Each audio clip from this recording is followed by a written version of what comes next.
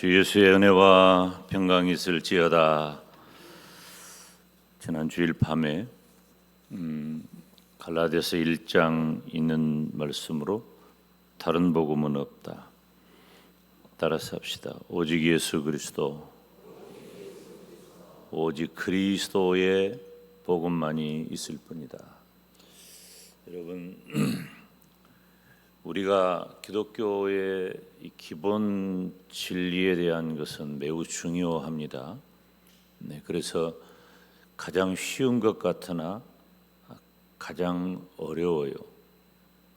그래서 가장 쉬운 것은 대체적으로 본질적인 것입니다.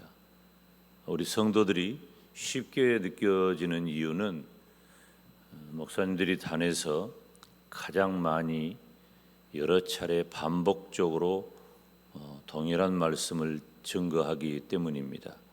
그래서 우리가 늘 듣는 말씀이기 때문에 잘 안다고 생각을 해요. 그런데 그렇지 못한 경우가 대부분입니다.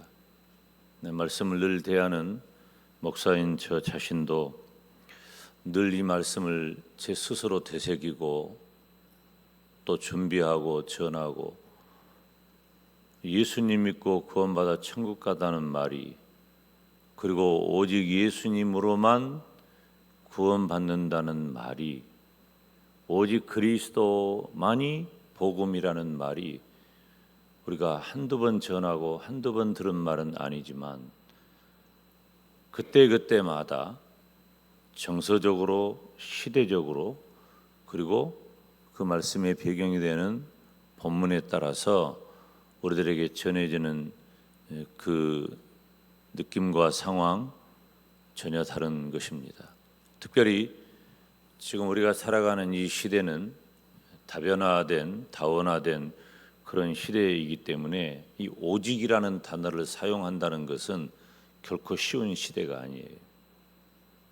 여러분 지금 둘러보세요. 여러분 주변에 오직이라는 말을 쓰는 일이 있는지, 절대적이다, 꼭 그렇다, 이런 말 별로 잘 안 씁니다. 요즘 시대가 그래요. 그런 말을 쓰는 대신에 어떤 말을 많이 쓰죠? 뭐 이렇기도 하고 저렇기도 하고. 사람들은 고집하지 않아요. 이 정치인들만 해도 어떨 때는 이것 가지고 목숨을 걸더니 어떨 때는 그런다고 목숨을 걸어요. 이게 가치가 생각할 때가 다 다른 거예요. 그러나 지난 2000년 역사 동안 단 한 차례도 변함이 없었던 것은 오직 예수 그리스도만이 복음이시고, 오직 예수 그리스도를 통해서만이 우리에게 구원이 임한다는 사실입니다. 이것을 진리라고 말을 하는 거예요. 진리는 변할 수 없고 변하지 않는 것이기 때문이죠. 그래서 바울 같은 사람은 원래 오직 예수, 오직 그리스도의 복음을 가진 자들을 핍박하는 위치에 있었어요. 그런데 그가 예수님을 만난 거예요. 예수님을 만나면 무슨 일이 생길까요? 변화가 일어납니다.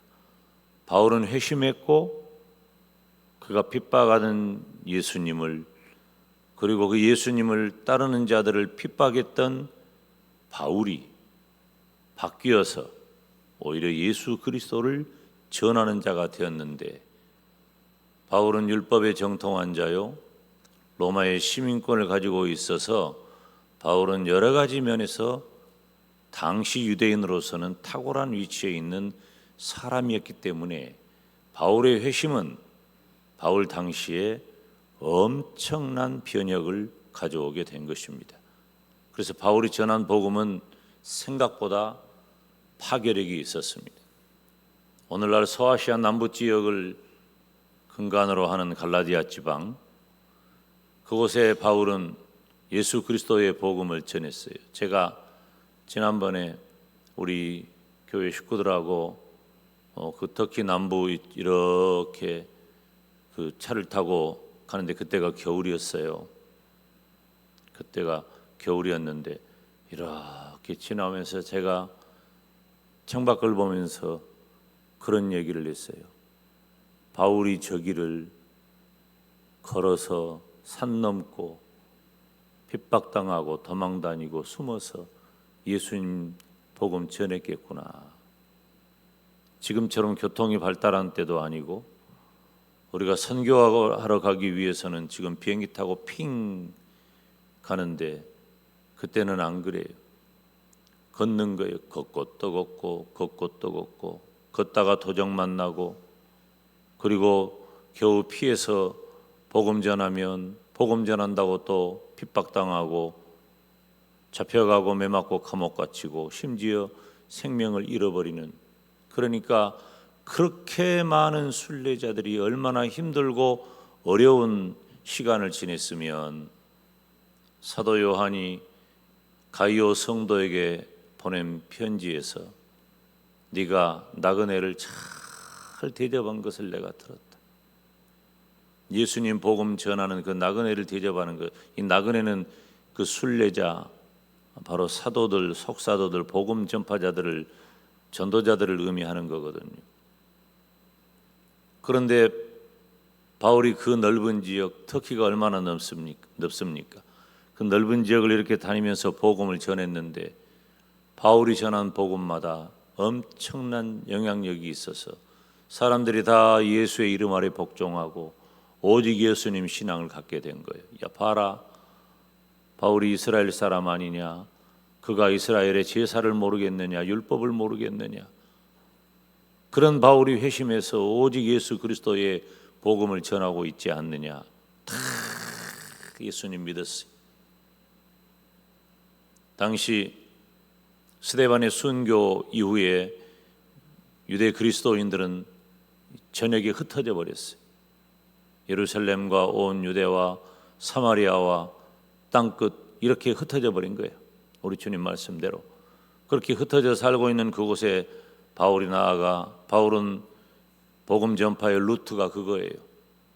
안식일에 회당에 들어가 유대인들이 모여있는 그곳에 들어가 먼저 예수 그리스도의 복음 진리를 전하고 그들을 중심으로 복음과 선교의 거점이 되어 그 지역에 예수님의 복음을 전하는 그 패턴을 바울이 가지고 있었기 때문에 그 지역에 사는 갈라디아 지방에 사는 유대인들이 예수 그리스도의 복음을 받아들이게 되었고, 바울이니까 받아들이게 되었고, 또 이방인들도 예수님을 믿게 되었습니다. 그런데 바울이 서쪽으로, 복음을 서쪽으로 또 향하여 나아갑니다. 유럽을 향하여, 에베소지나 유럽을 향하여 그렇게 나아갔을 때 바울에게 들려온 소식이 깜짝 놀랄 소식이에요. 유대 율법주의자들이 예수님의 제자도 아닌 바울이 무슨 사도다냐, 그리고 사도도 아닌 바울이 전한 복음이 무슨 복음이다냐, 어떻게 우리가 구원을 받는데 예수님만 믿는 것으로 구원을 받는다냐, 다 가짜다, 증거를 보여라, 그리고 할례를 요구하게 된 거예요. 여러분, 이렇게 요구하니까 그럴듯해서 사람들이 다시 넘어간 거예요. 그런 갈라디아 성도들을 향하여 바울은 내가 너희들이 다른 복음 줬는 것을 이상하게 여긴다. 그리고 오직 예수 그리스도의 복음밖에 없다고 소개하는 것입니다. 그리고 2장에 들어서면서 바울은 할례와 또 사도에 대한, 사도성에 대한, 복음에 대한 내용을 강력하게 증거하는데 엄청난 사건이 하나 생겼습니다. 그것은 바로 게바는 베드로입니다. 베드로가 누군지 너무 잘 아시죠? 베드로는 예수님께서 공생애를 시작하면서 부른 그 제자입니다. 3년 반 동안 예수님과 동행했던 그 제자입니다. 언제나 베드로는 성격이 급하고 적극적인 사람이었습니다. 그리고 베드로는 그런 예수님과 늘 동행하면서 요한, 야고보와 함께 예수님의 핵심 제자 중에 제자요 첫머리에 있는 사람이었습니다. 우리는 바울의 마태복음 16장에 기록하고 있는 위대한 신앙 고백을 잊지 못합니다. 온 세계가 지금까지도 바울이 고백한 대로 우리 예수님께서 그리스도이시고 우리 예수님께서 살아계신 하나님이라고 하는 그 고백을 지금도 천하만국교회가 유지하고 있습니다. 그런데 그런 게바, 그런 베드로가 유대인과 이방인에 대하여 일관성이 없는 처신을 하는 장면이 오늘 본문 등장하게 되는 것입니다. 사랑하는 여러분, 우리는 완벽하지 않아요. 저는 제가 지난 주일에 언급했듯이 제가 맑은 물 먹고 자랐다 그랬잖아요. 맑은 물 설교 듣고 자랐어요. 제 행복이고 제 기쁨이고 제 감사고 제 자랑이에요. 저희 담임 목사님은 박영삼 목사님이신데 그분은 조직신학자예요. 별로 재미도 없어요. 그런데 그분은 복음에 대해서는 분명한 분이었어요. 그렇게 분명한 맑은 물 같은 복음 설교 듣고 그렇게 믿고 자랐단 말이에요. 얼마나 감사한지 몰라요. 그리고 저는 세계 개혁주의 신학을 이끄는 그 중요한 시대의 신학교를 다닌 사람이에요. 세계 어느 학교보다도 제가 다녔던 그 시절의 우리 학교는 지금도 개혁주의 정통 보수 신앙을 가장 잘 전하고 배웠던 그 시절이라고 제가 자부할 정도예요. 그리고 그 이후에도 부족한 종은 끊임없이 예수 그리스도의 복음만을 전하기 위한 순결한 복음을, 맑은 물 복음을 전하기 위해 힘썼어요. 제가 완벽할까요? 불안해요. 두려워요. 항상 벌벌 떨어요. 저는 잘하는 설교보다 틀리지 않는 설교가 되기 위해 오늘 또 단에 오르면서 기도하고 말씀을 전하고 준비할 때마다 잘하는 설교보다 하나님 바른 설교, 틀리지 않는 설교하게 해달라는 것이 훨씬 더 비중이 큰 것입니다. 그런 베드로가 이렇게 허망하게 일관성 없는 연약한 모습을 보이리라고는 누가 상상이나 했을까요? 이제는 예수님도 안 계시고 모든 사도들과 모든 성도들이 가장 많이 바라보고 영향을 줄 만한 인물이 베드로인데 베드로가 어떻게 했을까요? 그런 베드로를 바울이 이렇게 책망을 합니다. 게바가 안디옥에 이르렀을 때에 책망할 일이 있기로 내가 저를 대면하여 책망하였노라. 여러분, 베드로와 바울은 비교될 수 없는 인물입니다. 이렇게 따지고 보면 베드로하고 바울이 어떻게 견줄 만한 위치에 있겠어요?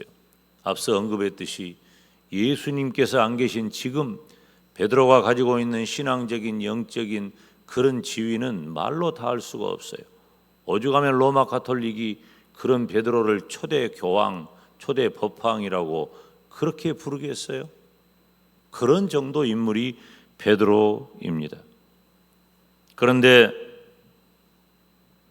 사도로서 바울은 베드로의 잘못된 행동을 도저히 묵과할 수 없었습니다.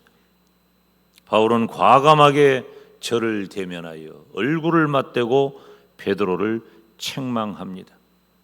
바울은 후에 예수님을 믿은 자요, 베드로는 예루살렘 교회의 수장입니다. 그렇지만 진리 앞에서는 물러섬이 없었어요. 사랑하는 여러분, 진리는 그렇게 지켜내는 것입니다. 진리를 지킨다는 것은 쉬운 일이 아니에요. 제가 전도사 시절에도 그랬고 조금 자라면서도 그랬고 제가 우리 교회 제가 고등학교 때 전국 SC 수양회를 갔는데 그때 강사님으로 오신 분이에요. 이름은 안 밝히겠어요. 두루마기 한복을 입으시고 머리는 올백으로 탁 이렇게 넘기고 부흥사에 목소리는 와 하는데 그 넓은 예배당이 쩌렁쩌렁하고 얼마나 영향을 받았는지 목사될 사람들은 전부 앞으로 나와라. 김용대 소년도 그때 앞에 나가서 울며 불며 다 기도하고, 그리고 저희 담임 목사님 친구였기 때문에 저녁 집에 마친 다음에 그분 숙소 이렇게 찾아가 가지고 목사님이 이렇게 인사할 때 저도 따라가서 그분 얼굴 한번, 그때는 부흥강사 목사님이 귀할 때니까 부흥강사 얼굴 한번 보려고 이렇게 했던 그분이 나중에 제가 전도사가 돼가지고 제가 대학을 졸업하고 신학교를 가서 전도사가 됐는데 그분이 우리 교회 강사로 오셨어. 저녁 예배 강사로 오셨는데 저는 가슴이 막 두근두근하죠. 세상에 그분이 오시다니. 그리고 저에게 영향을 준 분이니까 그분이 또 책도 쓰고 그분이 쓴 책으로 영화도 만들고, 주기철 목사님 일대기 기억하는 분이 있는지 몰라. 피를 바치련다. 주기철 목사님 일대기. 근데 그분이 강단에서 말씀을 전하는데 내 마음에 안 맞아. 난 컸잖아. 이제 전도사 됐잖아. 천국에 갔다 왔다는 거예요. 그분이 아팠어. 몸이 많이 아파가지고 좀 오래 들어 누웠단 말이에요. 그래서 오래 들어 누워가지고 그분이 너무 몸이 아파가지고 천국에를 갔다 왔는데 자기는 천국만 간 게 아니라 지옥에도 갔다 오고 뭐 이런 소리를 막 하는 거예요. 이제 그런 이야기를 하고 이제 다 마치는데 나는 이제 내 마음이 그때 너무 어두워져 버린 거예요. 이거 뭐냐. 그리고 그때는 이제 월요일 날 직원회를 하는데 도저히 내 마음이 못 견디겠어서 목사님, 내가 이제 얘기한 것 같은데 목사님 나 도저히 괴로워서 안 되겠는데요. 목사님 왜 그 목사님이 이런답니까? 그러니까 목사님 이미 눈치챘어요. 제가 그 말을 할 때부터. 글쎄 어째 그런가 모르겠네. 개인적인 경험을 일반화하면 안 돼. 여러분 우리 다 개인적인 경험이 있습니다. 김 목사는 없는 줄 알아요? 저도 듣기도 하고요. 저도 병을 고치기도 하고요. 다 해요. 저도 보기도 해요. 내가 그런 얘기 한 번이라도 했어요? 그건 내 개인적인 경험이기 때문에 일반화하면 안 돼요. 이 단에서 그리고 성도들이 붙잡아야 할 가장 중요한 하나님이 계시는 오직 성경 계시밖에 없는 거예요. 다른 모든 개인적인 경험은 존중해요. 제가 없다고는 안 해요. 개인적인 경험이니까. 그러나 그것은 본인이 간직해야 돼. 그걸 일반화하면 안 돼. 그 개인적인 특별한 경험을 일반화하면 그것은 나하고 다른 사람을 동일한 조건으로 만들어가는 과정에서 엄청난 진리의 오류가 발생하는 거예요. 그러니까 틀린 것을 틀렸다고 말하니까 처음에는 싹 쎄했죠. 나중에 목사님이 그것을 시인하시고 종말론 설교를 2번 했어요. 딴 예배 시간에. 제가 그런 교회 다닌 겁니다. 얼마나 감사한지 몰라요. 얼마나. 내가 우리 부목사님들한테 지금 100일간 교리여행 이거 하잖아요. 여러분 이거 쉬운 일이 아닙니다. 교리를 설교한다는 게 우리 부교역자들이 쉽게 생각하고 쉽게 달라들어가지고 지금 텍스트가 있어요. 그 텍스트 보고 그냥 하는 것 같아도 아니에요. 새벽 시간마다 짧게 하는 설교 속에 그 소중한 주제를 분명하게 전달해야 하는 그런 책임을 가지고 이 시대에 정말 복음 진리가 필요하기 때문에 담임 목사가 100일 동안을, 그동안에는 특별 새벽 기도회가 없어. 그러니까 그 특별 새벽 기도 없는 틈을 타서 100일 동안 이 일을 한 거예요. 쉬운 일이 아니에요. 사랑하는 여러분, 저와 여러분은 진리 앞에서 물러서지 아니하고 오직 예수 그리스도의 복음 진리 가운데 분명하게 서기를 주님의 이름으로 축원합니다. 그러면 도대체 바울은 베드로의 무엇을 책망했을까요? 베드로가 할례자들을 두려워한 것에 대해 책망한 것입니다. 12절에 보면은 게바가 이방인과 함께 먹다가 그들이 오매 그가 할례자들을 두려워하여 떠나 물러갔다 그랬어요. 베드로는 이방인하고 함께 먹었어요. 좋아요, 안 좋아요? 괜찮아요. 그런데 함께 식사한다는 게, 이게 밥을 같이 먹는다는 게 유대인들에게 있어서는 굉장히 깊은 교제를 의미해요. 그러니까 유대인이 이방인하고 함께 앉아서 밥을 먹는다? 이것은 매우 친밀한 교제를 말해요. 매우 친밀한 교제를 말해요. 근데 같은 유대인이 그런 베드로가 이방인하고 같이 밥 먹는 것을 봤어. 그걸 보고 베드로가 어땠어요? 두려움을 가진 거예요. 왜 그랬을까요? 이방 그리스도인과 식사하는 것은 문제가 없어요. 정당해요. 그런데 예루살렘에서 유대 그리스도인들이 왔고 그때 베드로는 식사를 멈추고 피했던 거예요. 베드로 자신의 위치에 부정적인 영향을 끼칠까 봐 두려워한 것입니다. 왜냐하면 이방인들은 할례 없는 자라. 그래서 이방인은 사람 취급을 하는 게 유대인이에요. 이 고정관념이라는 게 그렇게 무서운 거예요. 이방인들은 이방인에 대해서 심지어 어느 정도 말까지 하니 이방인은 사람 취급을 안 했어요. 이방인은 개라 그랬어요. 개. 이스라엘 사람들이 개라 그러면은 지금 우리가 생각하는 그런 개 말고 지금 개는 지금은 개판 아니 개 세상이요. 지금은 개가 모든 걸 다 누리는 세상 됐어. 근데 그런 개 말고 이방인들이 말하는 개는 오갈 데도 없고 야생에서 떠도는 그 들개 그 개 말이야. 그 개 취급을 했단 말이야, 이방인들을. 그러면은 심지어 왜 이방인을 저렇게 우리 유대인하고 사람하고 모양을 똑같이 만들었느냐 그러면 유대인들이 볼 때 기분 나쁘지 않게 하려고 그렇게 만들었다는 게, 이런 정도로 이방인에 대해서는 완전히 취급을 안 했단 말이에요. 사람 취급도.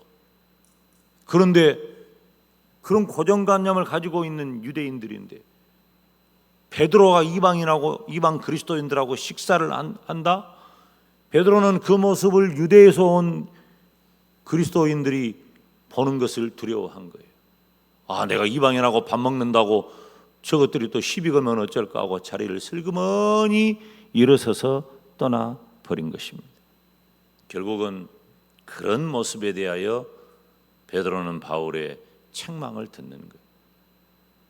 사랑하는 여러분, 우리의 고정관념보다도 중요한 것은 사실이에요. 사실. 우리가 교회 안에 별 사람들이 다 모이잖아요. 우리는 한 동네에 오래 살았기 때문에 이 사람이 과거에 어떤 사람인가를 다 알아요. 그런데 우리는 내 옆에 있는 형제 자매가 과거에 어떤 이력을 가졌든지 지금 어떤 위치에 있든지 그가 가지고 있는 경제나 건강이나 생활이나 하는 일이나 이런 어떠한 것에도 영향을 받거나 주지 아니하고 오직 예수님으로만 하나 되시기를 축원합니다. 교회는 그런 곳이에요. 교회는 우리 중에 무슨 출신 성분 따지면은 한 자리에 있겠어요?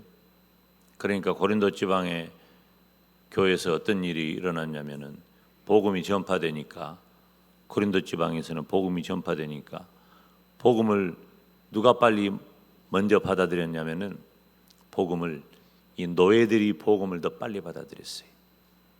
노예들이. 사실 우리나라도 그랬다. 과거에 우리나라도 다 그런 건 아니요.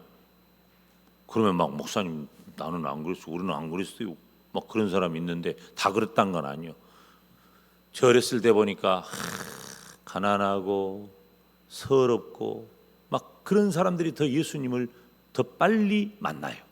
복음을 똑같이 전해도 아주 끝까지 그냥 유들유들하고 삐딱삐딱하고 오래 걸리는 사람들이 있는가 하면 빨리 예수님 믿는 사람이 있어. 좀 힘든 사람들이 그래. 그러니까 노예들이 예수님을 더 먼저 믿게 된 거예요. 그리고 그때는 가정교회에서 모였잖아요. 이렇게 오늘 찬양 잘했어요. 그 구역예배 모이듯이 그렇게 모였다 그 말이에요. 가정교회에서 모여가지고 뭘 했냐면 모일 때마다 뭘 했어요? 성찬식을 했어. 모일 때마다 애찬식을 했어. 그러면은 이제 노예가 예수님을 믿었는데 나중에 누가 믿었을까요? 주인이 예수님을 믿은 거예요. 같이 어디를 가야 되겠어요? 예배드리러 가야지. 예배드릴 때 뭐 한다고? 성찬식을 한다고. 그러면 성찬식을 하려면은 뭘 가져가야 돼요? 떡도 가져가고 포도주도 가져가고. 주인이 들고 가, 노예가 들고 가. 말을 해봐요. 주인이 들고 가, 노예가 들고 가. 노예가 들고 가지. 주인은 노예가 들고 가고, 주인은 이렇게 크고 교회가. 이 사람은 사회적으로 주인은 지위가 높아, 명망이 높아요. 노예를 부리는 사람이기 때문에. 그런데 같이 교회를 왔어. 교회를 왔어도 나는 주인이고 너는 노예예요. 짐 풀어라. 그리고 예배도 시작되기 전에 와가지고 포도주 까고, 그리고 빵 까고, 그래가지고 먹고 예배를 드려야 되는데 벌써 취해가지고 있는 거예요. 이 거드름 피우고. 그러니까 바울이 고린도전서 11장 바울이 왜 책망해? 너희들이 먹을 것이 없냐? 왜 여기 와서 이러냐라고 책망을 하고 성찬의 바른 의미를 바울이 설명을 하잖아요. 그러니까 이런 상황이 돼요. 같은 교회 아닌데 사람이 다 신분과 위치가 다 달라요. 신분과 위치가 다 달라. 그런데 교회는 신분도 위치도 어느 정도 영향이 없는 것은 아니에요. 왜냐하면 우리가 상대방을 그분이 가지고 있는 것을 존중히 여기는 마음은 분명히 필요해요. 그렇지만 그 어떤 이유로도 교회 안에서는 그것 때문에 우월하거나 그것 때문에 열등할 수 없고, 교회 안에서는 오직 예수 그리스도의 복음으로 하나 되어야 할 줄로 믿습니다. 바울이 그렇게 벌벌 떨면서 유대 그리스도인들을 피해 얼른 식사자리에 밥 먹다가 그냥 깜짝 놀래가지고, 다시 말하면은 우리 장로님, 집사님, 권사님들이 내가 식당회를 갔는데 예수 안 믿는 사람들하고 올려가지고 밥 먹다가 목사가 딱 들어가니까 어메 목사님 왔어요. 그러고 도망가 본 거예요. 그런 상황이 된 거다 그 말이에요. 이거 안 된다. 바울이 책망하는 거예요. 그래서 결과적으로 어떻게 되었습니까?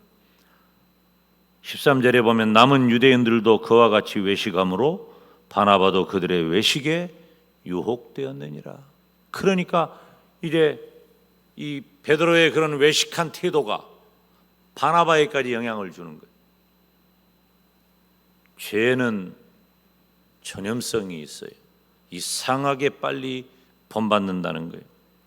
바울과 함께 오랫동안 이방인 선교에 동참했던 바나바는 예루살렘 총회에 참석한 거예요. 그런데 이 베드로의 영향을 받아가지고 외식하는 죄를 범하고 마는 거예요. 죄는 빨리 전염이 된 겁니다.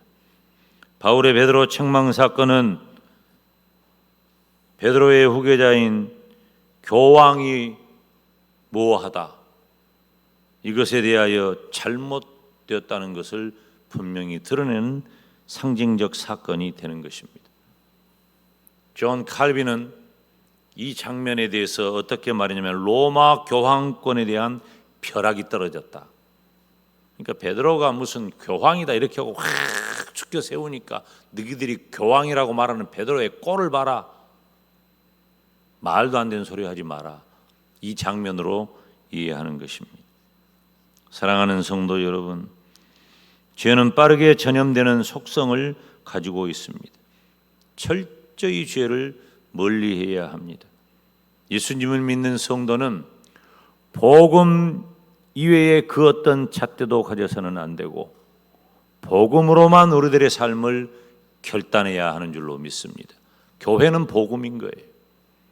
교회 안에서는 복음 이외에 그 어떠한 것도 우선할 수가 없어요. 오직 예수님, 오직 복음으로만 교회는 하나가 되어야 하는 것입니다.